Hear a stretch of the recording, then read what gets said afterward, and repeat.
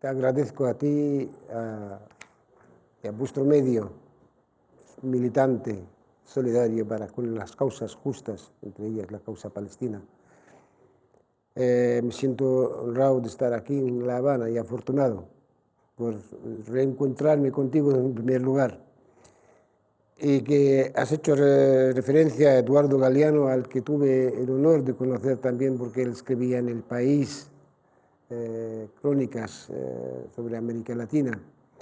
Quiero recordar esta crónica que había hecho sobre Gaza, porque Gaza está asediada, al igual que Cuba, desde hace más de 17 años, por tierra, mar y aire. Pero Gaza está asediada al igual que el resto de la tierra palestina, porque la tierra palestina en definitiva está robada, está presa de unas fuerzas coloniales ajenas al territorio, ajenas a la humanidad, que se llama el Estado de Israel, la entidad sionista, que es el punto de lanza del imperialismo en la región de Oriente Medio. Israel fue creada en el Oriente Medio precisamente no solo para someter al pueblo palestino, sino también para controlar, es un proyecto de largo alcance para controlar toda una región que se llama Oriente Próximo, Oriente Medio. El pueblo palestino, como venía luchando desde hace ya 100 años contra el colonialismo y contra después el sionismo internacional, ha ofrecido a lo largo de esos 100 años decenas de miles de mártires y de presos, aparte de la diáspora, que ya conmemoramos el 75 aniversario hace unos días, el día 15 de mayo de cada año. Este año se han cumplido 75 años de la diáspora, donde nos condena a ser confinados en los 4 confines de la tierra, valga la redundancia, a vivir en campos de refugiados en condiciones infrahumanas, todo ante los ojos de quienes criaron al Estado de Israel y que jactan de defender derechos humanos y el derecho internacional. Gaza, por lo tanto, es la parte mínima de Palestina. Palestina histórica son 27.000 kilómetros cuadrados. Gaza son 250 kilómetros, en donde es la tierra más habitada a nivel mundial. 2 millones condenados a ser asediados por tierra, mar y aire, y no solo asediados, sino privados de los derechos más elementales y al mismo tiempo no están a salvo de agresiones, incursiones cada X tiempo sobre Gaza. Recordemos el 2005, recordemos el 2008, el 2009, 2012, 2014, donde asesinaron a mujeres, hombres y niños por miles. Y las víctimas, los heridos son también por miles, que están invalidados. Gaza, según descripción de las Naciones Unidas, es la tierra hoy no apta para vivir, gracias al asedio.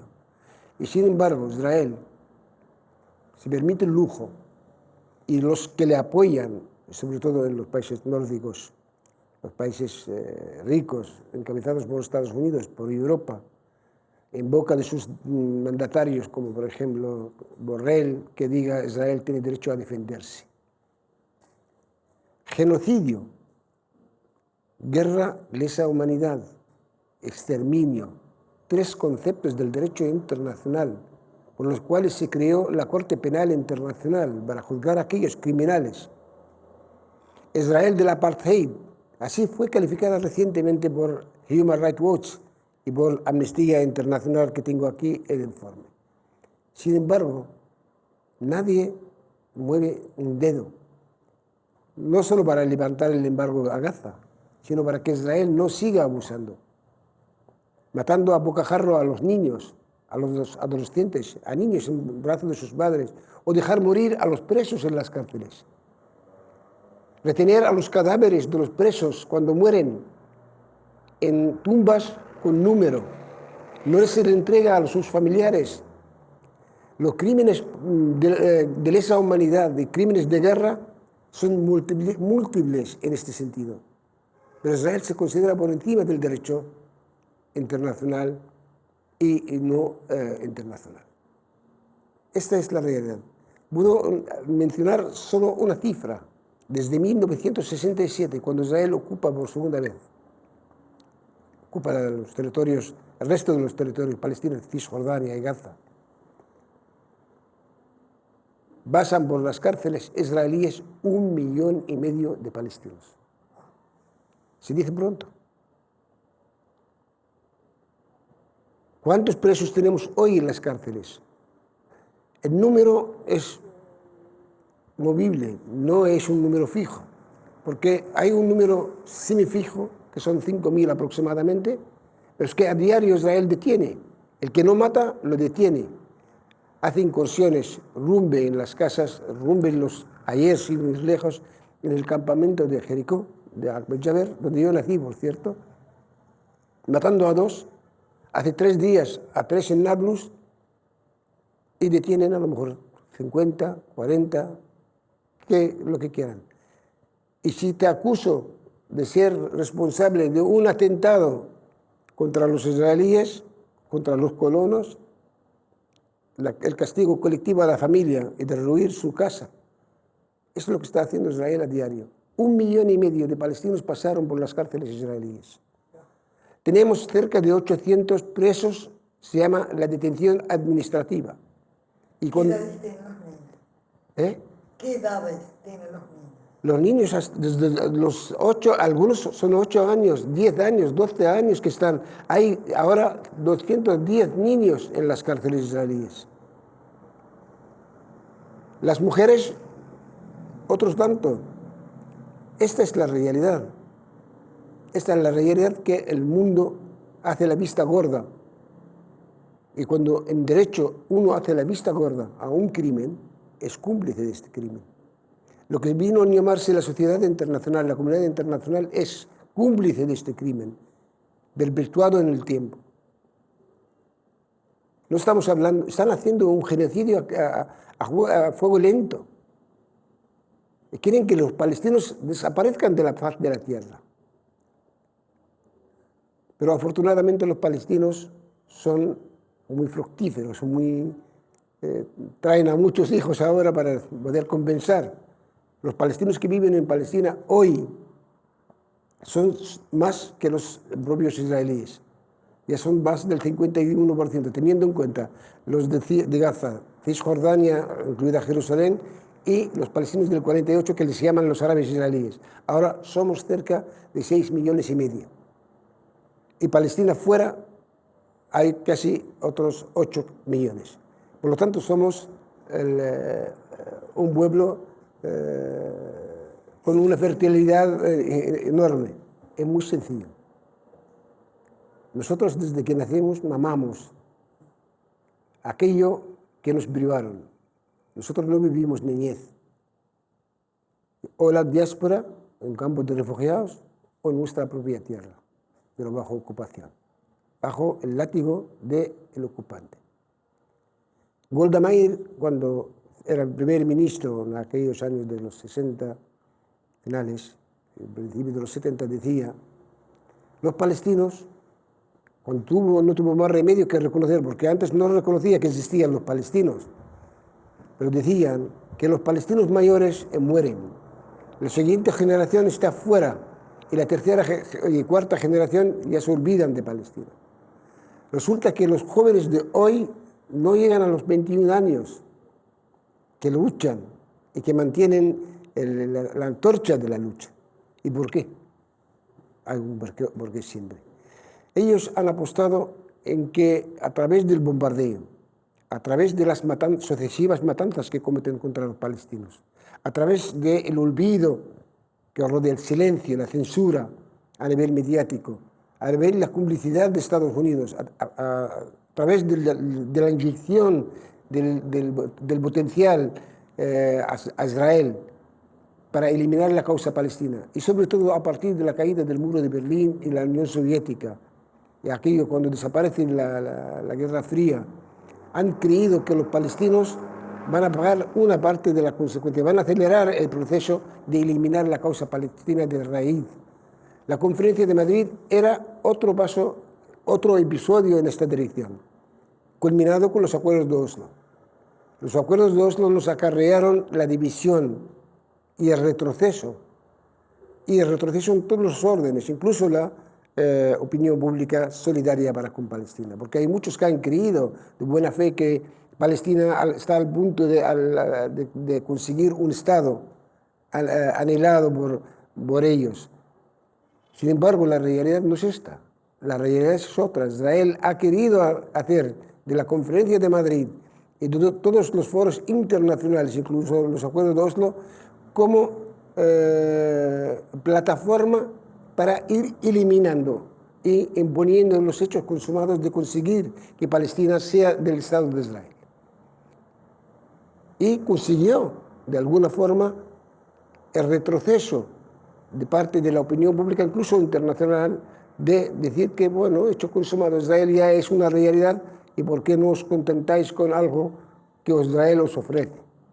Por eso han normalizado, entre comillas, con los países del Golfo. Por eso han querido, combinaban la normalización con los países del Golfo y desviar la atención del enemigo. El enemigo no es Israel, el enemigo es Irán. La guerra está entre chiíes y suníes.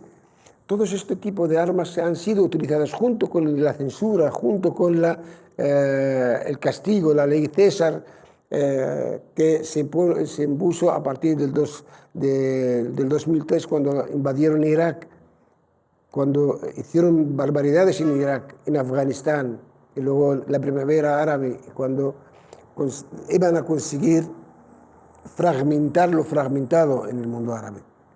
Que esta solidaridad interárabe que no existiese para Palestina, hacer sentir a los palestinos derrotados solos. La sorpresa que nuestros jóvenes, que representan el 70% de la población, y ante una realidad cotidiana infrahumana, ante una realidad brutal, con el asesinato impune, no tuvieron más remedio que enalzarse en armas. Empezaron en el año 2017 con lo que se llama la guerra de los cuchillos, persiguiendo a los colonos, pero al mismo tiempo iban preparándose poco a poco. Hace 2 años, cuando profanaron la explanada de Jerusalén, y el tema de Jerusalén es un tabú, no solo para los musulmanes y los cristianos en Palestina, sino para los musulmanes del mundo, aparte de que es una tierra tuya. Los palestinos tuvieron que responder desde Gaza con aquella operación llamada Seif al-Quds, la espada de Jerusalén, y por primera vez unifica a los palestinos en toda Palestina. Ya no se habla de los palestinos de Gaza o de Cisjordania o de Jerusalén o de los palestinos del 48. Todos ya son palestinos, junto con los de la diáspora, como nosotros. Esta unidad Israel le inquieta, le hace pensar. Israel hoy obviamente no puede lanzar ataque a gran escala. Digamos, todo eso es el reflejo de una creencia en los círculos de poder occidentales que el tema de Palestina tenía que pasar a nueva historia, al pasado. Es que la arrogancia, por un lado, que le caracteriza a las fuerzas occidentales, a las fuerzas ricas, que asedian y se creen que ellos están del lado del derecho, ellos los que marcan cuál es la democracia, cuál es el estado de la democracia en este país u otro, ellos los que marcan cuáles son los derechos humanos que habría que defender frente a los otros países. Cuando hablan de Cuba, por ejemplo, los derechos humanos, es que Cuba tiene un partido único. Cuando hablan de Irán, son islamistas desalmados, ¿no? Esa forma de enfocar, digamos, caricaturizar las causas, la política de doble rasero frente al mundo entero. El tema palestino, al igual que otros muchos, han sido víctimas del derecho internacional y de las Naciones Unidas. La Sociedad de las Naciones Unidas es la que legaliza el mandato sobre Palestina, era un hecho colonial. Y cuando ya está desgastado el derecho internacional y entramos en Segunda Guerra Mundial y los países occidentales están desgastados, para salvaguardar sus intereses, primero la Sociedad de las Naciones ya dejó de funcionar y estalló la Segunda Guerra Mundial. La Segunda Guerra Mundial, para poder salirse al paso de las consecuencias de la misma, ¿qué es lo que han hecho? Primero, han dejado una independencia nominal a los países que estaban bajo mandato, como países Estado-nación, en Siria, en Líbano, etcétera, etcétera. Crearon o decretaron la resolución 181 de partición de Palestina en 1947, todavía Israel no existía. Y en 1948, apoyando a la guerra, la primera guerra del Estado naciente israelí contra los países árabes. Y enseguida pues, hay la resolución 194, la que establece el derecho de retorno de los palestinos a sus hogares de origen. Desde aquel momento hasta la fecha, hay centenares de resoluciones con respecto al tema de Palestina. Centenares. Pero es que no se aplicó ni una sola. Estados Unidos hizo uso del derecho del veto en el Consejo de Seguridad en casi 40 veces para evitar mera condena a Israel. Y cuando las matanzas, hasta hoy, no ha sido nadie juzgado. A pesar de que los organismos internacionales como el Tribunal de la Haya, o como la Corte Penal Internacional, o como el Consejo de Derechos Humanos, tienen en su haber varias recomendaciones para poder enjuiciar a israelíes a nivel oficial y a nivel personal, ninguno se llevó a cabo. En caso mío, mandé 2 comisiones de derechos humanos encabezadas por un juez progresista, Bayin, sobre el tema del muro. Y sin embargo, y ahí está el informe, antes que Bayin fue Villok, que era el que fue ministro de Justicia, con otras delegaciones, con Cheque, con Vandrés y con otros, que fueron también a Palestina, y casi les echan a patadas. Ellos se creen que están por encima de. Manu Pineda, hace poco, como representante del Parlamento Europeo y como presidente de la Comisión Parlamentaria sobre la causa palestina, no le han dejado entrar. Hasta este punto Israel se siente amparada por Estados Unidos y sus aliados y impune. Sin embargo, ella vive una crisis real. Israel hoy vive una crisis real. Ya no puede ganar ninguna guerra, no puede hacer ninguna guerra a gran escala. Y eso es lo que ha repercutido en la situación interna. Siempre ha gobernado en Israel derecha. No hay izquierda y derecha en Israel. Hay izquierda sionista que en la práctica hace las mismas políticas que la derecha. Simón Peres era autor de muchas matanzas, el que le dieron premio Nobel de la Paz. Rabin mismo, el que mandó a romper las extremidades de los palestinos, también premio Nobel de la Paz. Y aún así, no les salvó el hecho de intentar manifestar posible, por el bien de Israel y su futuro, hacer una solución salomónica, y le mataron los propios israelíes. Este es el Estado de Israel. Hoy Israel vive una realidad. Ha vuelto a ser del Estado modelo democrático, entre comillas, de Occidente, para Occidente, en una oasis de brutos en el Oriente Medio. Israel hoy vuelve a ser las milicias fascistas, neofascistas, encabezados por fundamentalistas como Ben Gvir y por Netanyahu. Esta es la realidad actual. Ese es el dilema por el cual ahora hay manifestaciones en Israel desde hace 3 meses por el cambio que quiere dar Netanyahu a la justicia y al ejército, es decir, poner por encima del ejército y por encima del derecho de ellos, de los jueces, la potestad de los colonos y los fundamentalistas. Esta es una realidad. No lo hacen por el bien nuestro, no, por ellos mismos, sin embargo, nos beneficia. Y esto refleja lo que es el Estado de Israel. Hablar del Frente. El Frente Popular históricamente abogó por la unidad de Palestina, por creer que sin esta condición de unidad no hay proceso revolucionario triunfador posible. Esto lo decimos de principio y convicción. Sin embargo, si revisamos la historia, que en Palestina también hay derecha e izquierda, y como estamos hablando aquí con toda sinceridad, el hecho de ser proceso revolucionario no quiere decir que no hay derecha. Tenemos la burguesía palestina, la que encabezó las fuerzas fácticas que dirigieron a la OLP, le llevaron en un derrochero desde muy tempranamente hacia lo que hoy vivimos. Empezaron en 1974, cuando creyeron que necesitaban ir a la par con el cambio que se ha dado en la zona. El Frente Popular abogó por esta unidad. Entonces éramos pocos, 8 organizaciones o 10 en el seno de la OLP. No existía ni Hamas ni Yihad Islámica. Esos nacen a partir de la primera intifada de 1987. Hamas nace, de hecho, en 1988. Sin lugar a duda, la unidad siempre es un factor estratégico. Lo que ocurre es que habría que esclarecer la estrategia.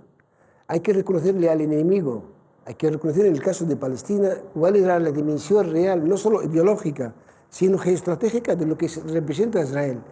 La cuestión judía también forma parte intrínseca de lo que es la causa palestina. Hay que saber darle solución. Nosotros no hemos sido los creadores del drama de los judíos, ni del holocausto.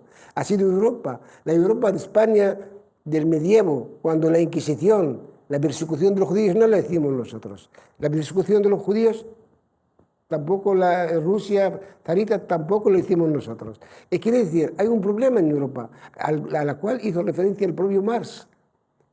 Y Marx, cuando hizo referencia, era, siendo judío, dijo, habría que librarle al judaísmo, a los judíos de su judaísmo, de su exclusividad, porque el judaísmo es una religión.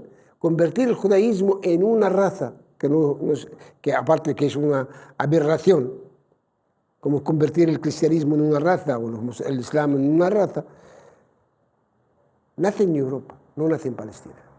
El proyecto de crear Israel no fue proyecto siquiera del sionismo, porque el sionismo quería crear un Estado independiente, incluso en Argentina, pensaron en Patagonia, en Argentina, en el Congo, en Seychelles, pero es que los que realmente les interesaba que se creara en Palestina eran los ingleses, eran los franceses, porque está en la clave, en la encrucijada entre África y Asia y las rutas hacia el sureste asiático.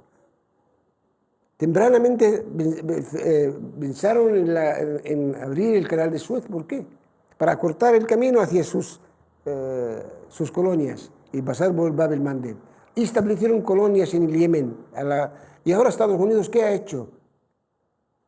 Se impuso en los países de las dos orillas de la salida del Mar Rojo y Israel al norte, para poder controlar estas rutas, donde basa el 60% del comercio de la energía mundial. Esta forma parte de la estrategia nuestra que tenemos como izquierda, que tenemos que luchar. Es decir, no tenemos que ser localistas, tenemos que saber abrirnos y ponernos en un contexto mucho más amplio. Palestina por sí, los palestinos por sí no pueden liberar Palestina. Tenían que formar parte orgánica del interés general de los pueblos árabes de la región y de los movimientos progresistas del mundo entero. Porque Israel es un cáncer no solo contra los palestinos, es un cáncer contra todo lo que es progresismo en el mundo. Y es una realidad. Y están capitalizando el sufrimiento de los judíos y el tema del holocausto. Son 30 millones los que han muerto rusos solo en la Segunda Guerra Mundial. ¿Por qué tú hablas en exclusiva? Como si fueras tú lo único que ha sufrido. ¿Por qué resaltas solo esto? El hecho de que Europa actual, racista, cada vez más racista, más de extrema derecha, decreta normas de penalizar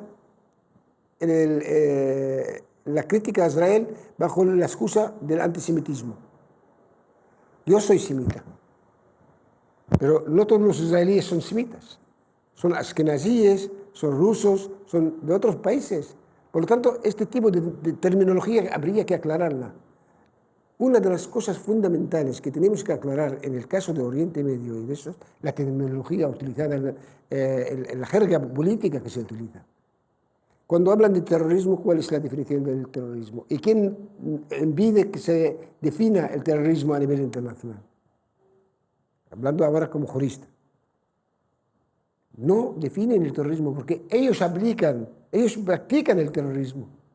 Ellos crearon Daesh, ellos crearon Al-Qaeda, ellos hicieron barbaridades en Siria, Irak y Afganistán, en Somalia, en Sudán.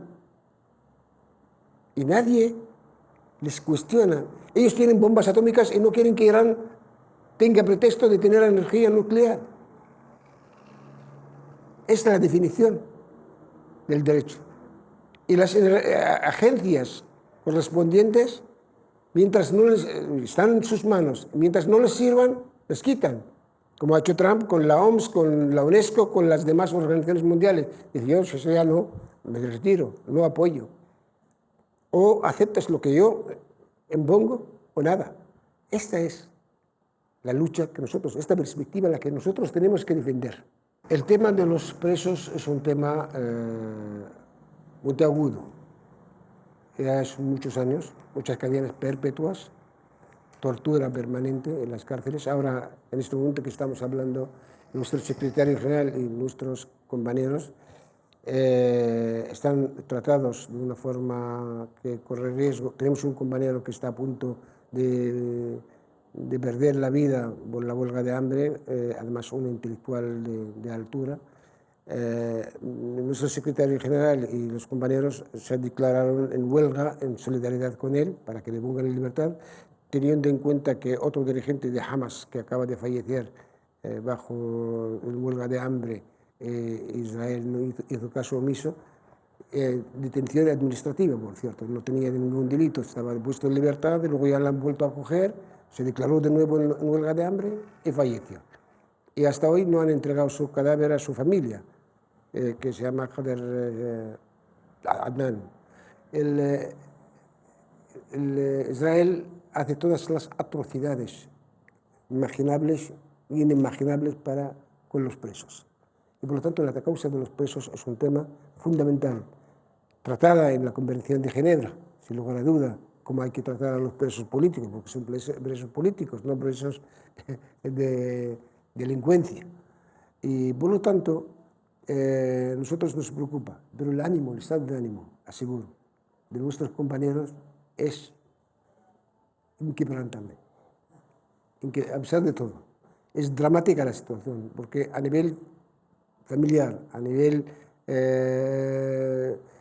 físico, ¿no? Pero a nivel anímico, ellos cada vez más convencidos de que su lucha es indispensable. Además, no cuestionan la muerte en defensa de los derechos de su pueblo, porque si se rinde con ellos la causa. Y ellos saben que ellos no están solos, estamos haciendo todo lo posible e imposible en solidaridad con ellos y hacer de su causa una causa no solo legítima, sino necesaria para que la humanidad se sienta humana.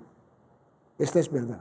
Y queremos, en nuestra literatura, que desde este mundo solidario se alce la voz en favor de estos presos para que se pongan en libertad inmediatamente. Israel siempre ha violado los acuerdos de liberación. A todos los presos que han sido liberados en distintas etapas les han vuelto a recoger y a torturar. Y esto es una realidad. Por lo tanto, en nuestros presos el Frente tiene en su haber cerca de 1000 presos, o sea, ni uno ni dos, que han muerto en las cárceles unas decenas a lo largo de estos años, desde el 67. Imagínate sus familiares y lo que sufren. pero no solo son los del Frente, son los de Al-Fatah, los de Hamas, los de Yihad Islámica. Israel, desde que los 6 de Yihad Islámica hicieron aquella hazaña de cavar bajo el suelo de la cárcel más segura del mundo con cucharas y salieron, Israel está, digamos, fuera de sí. No saben cómo, qué milagro, qué fuerza, con qué planificación, con qué cabezas han sido capaces de hacer esta hazaña. Esto también nos muestra que los pueblos, cuando estén decididos a luchar, hacen milagros. En cuanto a la Radio y Televisión Española, como evidentemente es un medio público, lamentablemente hay censura. No podemos decir lo que nos... Una gran amiga como Wafika Wafika es amiga mía. Es un gran amigo. Muy amiga y muy cubana. Presidente de la televisión. Sí, amiga mía, y estamos a menudo no solo hablando, sino también participamos en el Zoom juntos con el Frente Antiimperialista. Yo acabo de jubilarme de la Radio y Televisión Española. Yo dirigía el programa de transmisión en árabe, pero también tenía un programa, se llama Quesito, en Radio Nacional, en lengua española, de análisis. Lo que ocurre, he creado al medio bastantes problemas al final de mi época, porque aunque te contienes, pero no puedes mantenerte de una forma como si nada pasa contigo. Y intentaba ser un poco objetivo, sin embargo me acarreó cierto reproche que lo pasé por el forro, con perdón el término, porque no admito que nadie me silencie, la censura no la admito, y menos en un medio de comunicación. Ellos tienen el derecho a divulgar y difamar, a descalificar, a llamarle a Maduro no sé qué y a Castro otra cosa, pero nosotros no tenemos derecho a decirle a Israel lo que es, por ejemplo. El Mayadin, yo colaboro con el Mayadin, sobre todo sobre la situación en América Latina. Que te parezca mentira, especialista en relaciones internacionales y sobre todo en América Latina. He vivido los procesos latinoamericanos desde antes de que fuera el movimiento de liberación nacional, El Salvador, Guatemala, Argentina, la Junta, Chile, etcétera, etcétera, con el golpe de Estado de Pinochet. Todo lo he vivido de cerca y por lo tanto mi identificación me hizo especializarme en esta materia, la teología de liberación. He participado en muchos seminarios sobre la América Latina y América del Central. Y esto, afortunadamente, me ayuda a que, no solo por razones ideológicas, que me identifico con Cuba, me identifico con Venezuela, me identifico con Nicaragua, ¿no? Entiendo también su polémica, su situación, su crisis, pero desde otro tipo de postura, de la identificación. Y me gustaría, y en este sentido, quizás, en nuestra presencia aquí, en este acto, en Cuba, para entregar esta ayuda simbólica al hospital donde nuestro querido Watan trabaja como profesional de la medicina. Israel estaba primero aproximando a dos cosas. Primero el aniversario, el 75 aniversario de al-Nakba, que para ellos el aniversario de la independencia, entre comillas. Ellos, como dije en el transcurso de mi intervención, que Israel basa en hechos consumados, se cree que es impune. Que decir, yo confisco tierras y que proteste quien quiera, que condene quien quiera, pero yo hago demoler casas, castigo colectivo, arranco árboles, da igual. La profanación de las palabras del Al-Aqsa, porque la extrema derecha fundamentalista israelí considera que el templo, ellos saben que no hay templo, ni ha habido ni va a haber. Lo que pasa es que ellos quieren hacer hecho consumado su Jerusalén, que esta Jerusalén es nuestra, no es una tierra en disputa siquiera. es nuestra y los palestinos son extraños, que han venido aquí de fuera. Esa es la realidad para ellos. Y entonces nosotros hemos advertido hace 2 años, cuando la expansión, con el barrio Sheikh Jarrah, cerca de Jerusalén, y tomamos la iniciativa de lanzar los misiles y que Israel no pudo aguantar y pidió la mediación. Pero han vuelto de nuevo a la jugada. Esta vez, otra vez hicieron la intervención. ¿Qué ocurre? Se han intensificado las acciones de nuestros jóvenes. En Ramallah, en Nablus, en muchos sitios, en Jerusalén inclusive. Y muchos de de las acciones de nuestros jóvenes, Israel los atribuye a Jihad Islámica. ¿Por qué lo atribuyen a Jihad Islámica? Porque quieren, como lo han hecho el año pasado, aislar a Jihad Islámica, eliminar a sus dirigentes, para que no, mientras tanto está mediando a través de Egipto y de Qatar para que Hamas no intervenga y que los palestinos no estén unidos en la respuesta a Israel. Entonces querían hacer una guerra relámpago de 5 días, como mucho, y que los palestinos puedan lanzar un misil, 2 misiles como respuesta, y se acabó el asunto. Así fue. Pero los palestinos esperaron 36 horas en responder. Y respondieron con 1.152 misiles, en donde Israel solo pudo interceptar menos del 20% de ellos. Y han causado a Israel una situación insoportable, hasta tal punto que ahora se habla de que 1.048.000 israelíes abandonaron el territorio. Y esto, buena síntoma a favor de los palestinos.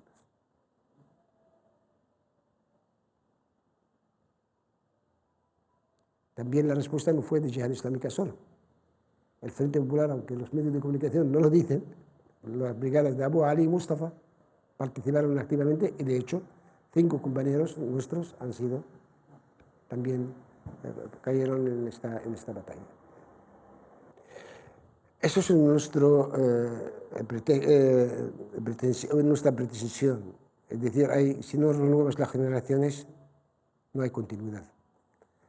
Y máximo cuando ya tienes el 70% de la población joven. Son jóvenes. Nuestros veteranos han luchado y han sufrido y tendrán que pasar la antorcha a otras generaciones. Lo que ocurre, tenemos muchos desafíos también por medio.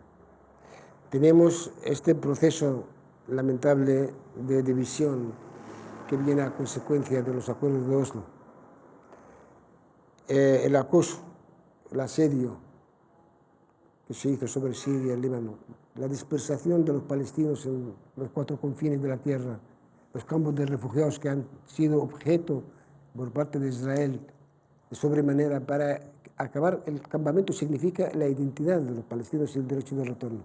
Israel ha querido, a través de lo llamado Primavera Árabe, eliminar a los campos de refugiados, asentar a los palestinos donde quieran, en el desierto, pero es que lejos de Israel, para ellos. ¿Qué ocurre? Muchos de los palestinos también emigraron de los campos de refugiados afuera. Ahora tenemos en Europa decenas de miles de palestinos de los campos de refugiados del Líbano, de Siria, de Jordania, en busca de sobrevivir. Pero nosotros tenemos otro desafío, tenemos cómo enderezar a estos para que sigan en la torcha de la lucha. Esto pasa, pero también tenemos muchas generaciones de muchos jóvenes en Palestina dispuestos a luchar, como lo estamos viendo a diario, y que han formado brigadas de forma autónoma que pertenecen a todas las organizaciones, sobre todo a Hamas, Jihad Islámica, frente a Fatah incluso, y han establecido una especie de mandos locales y hacen las acciones que quieran, y esto es lo que está quebrando a Israel y a sus colonas. Le está aterrando, y esta es la esperanza que tenemos nosotros. Tenemos que aprovechar para poder, de alguna forma, volver a retomar el contacto con nuestros jóvenes, no solo en Palestina, sino en la diáspora. Nuestros jóvenes profesionales que han venido a estudiar gracias a Cuba, gracias a Venezuela, gracias a otros países, gracias al esfuerzo de los padres, que también muchos jóvenes han estudiado a costa de sus padres en distintas universidades en condiciones realmente infrahumanas, porque a nuestro entender la cultura, el aprendizaje y la profesionalidad en distintas disciplinas es una de las garantías necesarias para la continuidad de la lucha. Y esto es lo que estamos haciendo. Gracias.